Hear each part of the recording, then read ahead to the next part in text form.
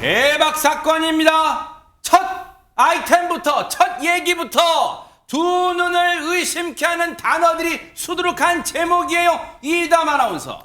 네, 유아인 씨 다들 아시다시피 현재 상습 마약 투약 혐의와 관련해서 여러 가지 혐의로 재판을 받고 있습니다. 그동안 여러 차례 법원에 출석하는 유아인 씨의 모습을 보도를 통해서도 많이 보셨을 텐데요. 그런데 또 다른 혐의로 경찰에 입건됐다는 소식이 전해진 겁니다. 저 사람이잖아요, 유아인. 맞습니다. 혐의는 이번엔 마약이 아니고요.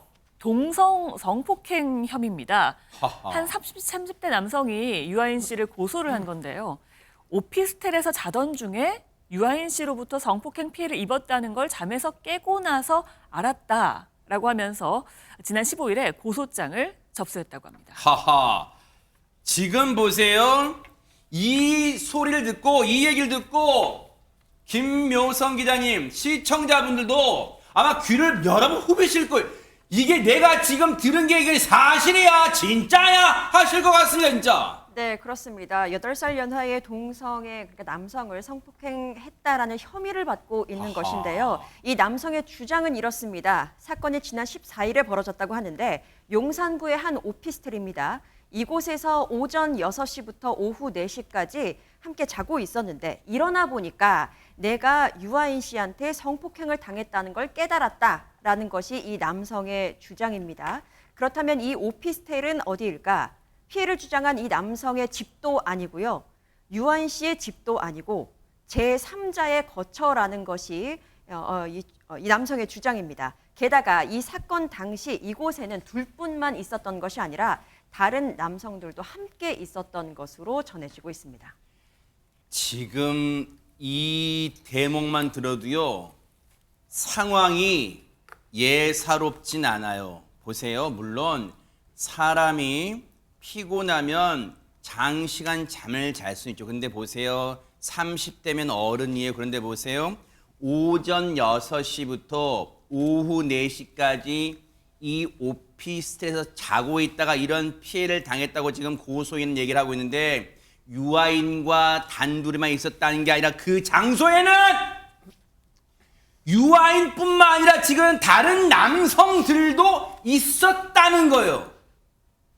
그 오피스텔에. 대체 뭐 하는 거예요? 그리고 보세요.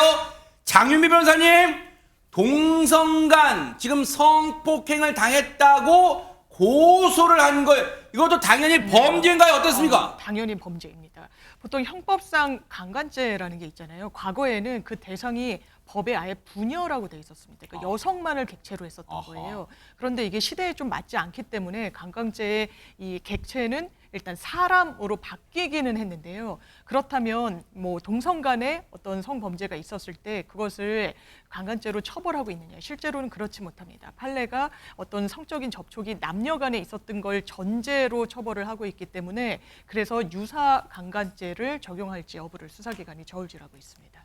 그런데 이건 분명 이게 맞다. 지금 의혹이지만 아직은 의혹 수준이지만 이게 맞다면 엄청난 범죄라는 거예요. 그런데 보세요. 여기서 지금 우리가 이해가 안 되는 부분이 앞서 얘기 잠깐 나왔죠. 장윤미 변호사님. 네. 이 남성의 집도 아니고 이 피해가 이 피해가 일어났다고 주장하는 이 장소가 해당 고소인의 집도 아니고 유아인의 집도 아니고 지금 보세요. 다른 남성들도 같이 있었다는 거예요. 그리고 유아인에게 성폭행 당했다고 고소하는데 그럼 그 사이에 다른 남성들도 같이 있었다는데 그 남성들은 그 범행 현장을 혹시 그 행위를 본 거예요, 그러면? 그러니까 아무래도 관련자 조사는 불가피해 보이는 측면이 있습니다. 그리고 보통의 이런 성범죄와는 양태가 좀 다른 부분이 있습니다. 어허. 이게 두 사람만이 있는 어떤 그런 장소가 아니라 사실상 여러 사람이 같이 있는 장소에서 성범죄가 일어났다는 거잖아요. 그렇기 때문에 지금 경찰은 성범죄 자체에 대해서도 왜냐하면 이 부분이 고소 사실이기 때문에 조사를 하지만 혹시 단체로 마약을 투약했을 가능성을 열어두고 수사를 하고 있습니다. 왜냐하면 또 유아인 씨 같은 경우에는 지금도 마약 투약 혐의로 재판을 받고 있는 중이고 마약 투약 사범 같은 경우에는 굉장히 이런 상습성을 기본적으로 갖고 있는 경우가 상당히 많기 때문에 마약 검사 여부에 대해서도 일단 조사를 하겠다고 했고요. 실제로 경찰은 이 고소인인 남성에 대해서는 간이 검사를 통해서 음성 판단을 이제 받고 이걸 토대로 추가 조사를 이어나간다는 방침입니다. 어쩐지요. 물론 단언할 수는 없지만 어쩐지 이수정 교수님 상황이 예사롭진 않다고 생각했어요. 보세요. 6시, 오전 6시부터 4시까지 잠이 들고 있는 상황에서 유아인이라는 사람한테 동성간 성폭행을 당했다고 주장하고 있는데 그 장소에, 오피스텔 장소에는 두 사람뿐 아니라 다른 남성들도 있었다. 이게 예사롭지는 않은 상황이었잖아요. 지금 마약이라는 얘기가 나오고 있어요, 지금 또. 네, 뭐 일전에 이제 이 마약과 연관돼 가지고 2번이나 구속영장을 청구했는데 사실 다 기각이 되다 보니까 경찰 입장에서는 지금 이 건과 연관해서도 또 이제 불구속 그 수사 기간 중에 재판을 지금 받고 있는데 마약을 또 한 거 아니냐 하면서 지금 만약에 그런 상황이면 다시 또 구속영장을 청구할 그런 이제 그 가능성을 염두에 두고 아하. 지금 아마 마약 검사를 다시 하고 있는 것 같은데 네. 그런데 지금 이제 이 성폭행 혐의와 연관된 진술의 내용을 보면 네. 사실은 좀 개연성이 상당 부분 좀 확실하지 않은 부분도 아직은 많은 것 같아요. 아하. 일단 당사자가 부인을 하고 있고 네. 그리고는 지금 입증을 할 만한 객관적 증거가 있어야 되는데 네. 지금 객관적 증거가 나온 게 사실 없잖아요. 아하. 그러니까 결국은 피해자의 이제 주장만이 있을 뿐 뭐 아직까지는 지금 속단하기는 이른 상태다. 네. 성범죄 혐의와 연관해서는 네. 그런 생각을 하게 되는데 지금 이 이제 피해자의 그 주장이 조금 전에 말씀하신 것처럼 여러 가지로 일반적이지 않기 때문에 네. 그러면 이게 여러 명이 있는 데서 마약을 함께하고 일어난 사건 같으면 지금 피해자의 주장이 있을 수도 있는 얘기 아니냐 네. 하면서 그런 의심을 가지고 다시 마약 검사를 지금 하고 있는 것으로 아하. 보입니다. 근데 보세요.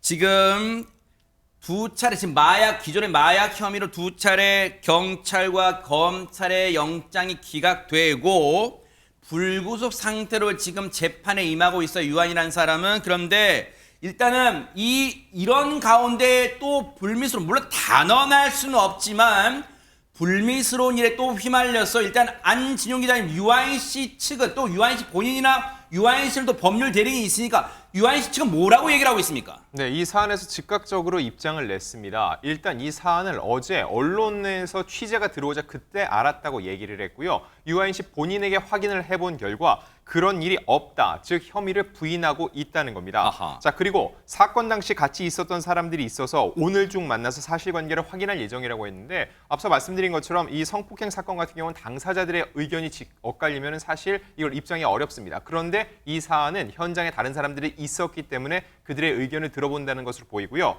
더 나아가 이런 사생활과 관련돼서 불필요한 추측들은 자제해달라는 당부를 곁들였습니다. 아니 근데 보세요. 장윤민 변호사님, 여기서 지금 우리가 궁금한 대목은 또 있어요. 지금 유아인 씨 변호인이 당시에 오피스텔에 같이 있었다는 그 남성들을 만나본다는 거 아니에요? 그러면 이건 우리가 보기에는요, 물론 그렇다는 건 아니니까 오해는 마세요. 유아인 씨 측 변호인이.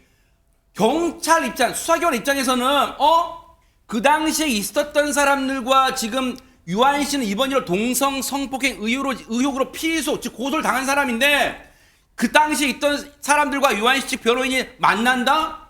혹시 이거 서로 입맞추기 의혹 뭐 할 수 있는 그런 의혹은 없어요? 그러니까 굉장히 조심해서 만나야 됩니다. 신중하게요. 만나는 것 자체에 접촉하는 게 뭐 불법이거나 위법함을 띠고 있다고 하기는 어렵지만요. 말씀 주신 대로 뭔가 진술을 오염시키거나 또 유아인 씨는 상당히 좀 유명한 연예인이잖아요. 배우이기도 하고요. 그렇다면 어떤 피해자를 주장하는 이 고소인과는 약간 좀 기울어진 운동장인 그런 측면도 있고 그렇다면 변호인이 뭔가를 압박하듯이 진술을 좀 본인들에게 유리하게 한다듯이 이렇게 접촉을 하게 되면 상당히 그거는 유아인 씨한테도 수사 과정 중에 불리하게 작용할 수밖에 없기 때문에 아마 이 부존재 사실, 내가 유사강간 아니면 성적 접촉 행위가 없었다라는 건 입증하기가 상당히 어렵습니다. 없는 사실을 입증하기는 어렵거든요. 그렇다면 대단한 일회성, 그러니까 여러 명이 있는 가운데 이런 유사강간 행위가 있었다라고 볼 수 있을 때에 그런 목격을 한 사실이 있는지, 그 당시의 정황은 어땠는지, 그럼 그 두 사람의 어떤 평상시의 관계나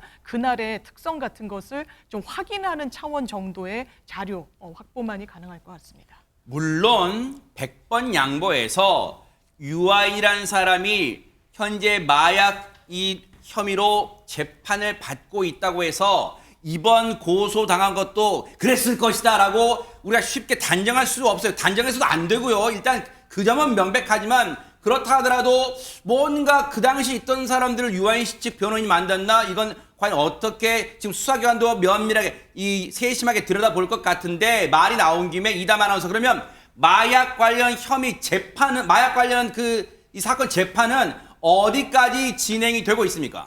유아인 씨 이름을 이틀 전에도 아마 기사에서 좀 보셨을 겁니다. 아하, 네. 이틀 전에요. 7차 공판이 있었습니다. 유아인 씨의 혐의는 크게 3가지 정도로 일단 나눌 수가 있는데요.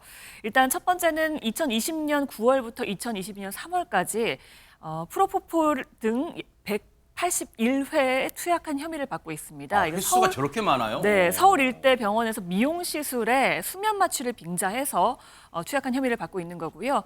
2021년 5월부터 2022년 8월까지는 타인의 명의로, 다른 사람의 명의로 수면제를 1,100여 정을 불법 처방 매수한 혐의를 받고 있고요. 어허. 또한 공범과 함께 대마 흡연, 흡연 교사, 증거 인멸 교사 등 이렇게 크게 3가지의 혐의를 받고 있습니다. 네. 그제 검찰은요, 징역 4년을 구형하면서 벌금 200만 원, 추징금 150여만 원을 선고해달라고 재판부에 요청을 했고요. 네. 1심 선고 공판은 오는 9월 3일에 예정돼 있습니다.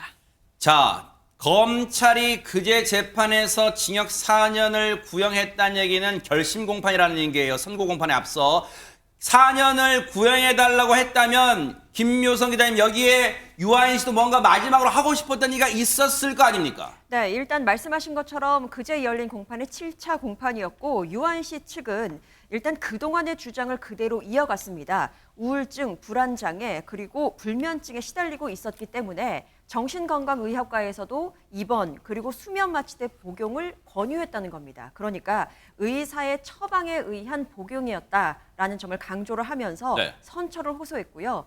또 최후 변론을 하기도 했는데 유한 씨의 최후 변론 내용은 이러했습니다. 네. 저의 잘못들에 대해서 깊이 반성하고 사죄를 전하고 싶다라면서 네. 이번 사건을 겪으면서 내 인생 전체를 되돌아볼 수 있는 시간을 가졌다라고도 밝혔습니다. 네. 그리고 불미스럽지만 이러한 사건을 통해서 더욱더 성숙하고 책임감 있는 사람으로 살아갈 것을 굳게 다짐한다. 더 나아가서는 앞으로 어떤 결과가 나오더라도 더 건강하고 솔직한 모습으로 사회에 더욱 크게 쓰일 수 있는 사람으로 살아갈 것 굳게 다짐한다라고 최후 변론에 임했습니다. 이 최후 변론은 기존의 유아인 씨가 받던 마약 사건에 대한 이 선고를 앞두고 최후 변론에서 했던 얘기예요. 앞으로 훨씬 더 건강하고 솔직한 모습으로 사회에 더욱 크게 쓰일 수 있는 사람으로 이바지할 수 있는 사람이 되겠다는 거 아니에요? 그런데 그 와중에 지금 동성 성폭행 의혹이 터진 거예요. 이게 만약에 진실이 되려면 이번에 터진 동성 성폭행 의혹이 뭐야 되겠어요? 한 점 부끄럼 없이 무혐의가 나와야겠죠? 이 사건 예단하지 않겠습니다. 차분하게 어떻게 흘러갈지 차분하게 눈 부릅뜨고 따라붙어 보도록 하겠습니다.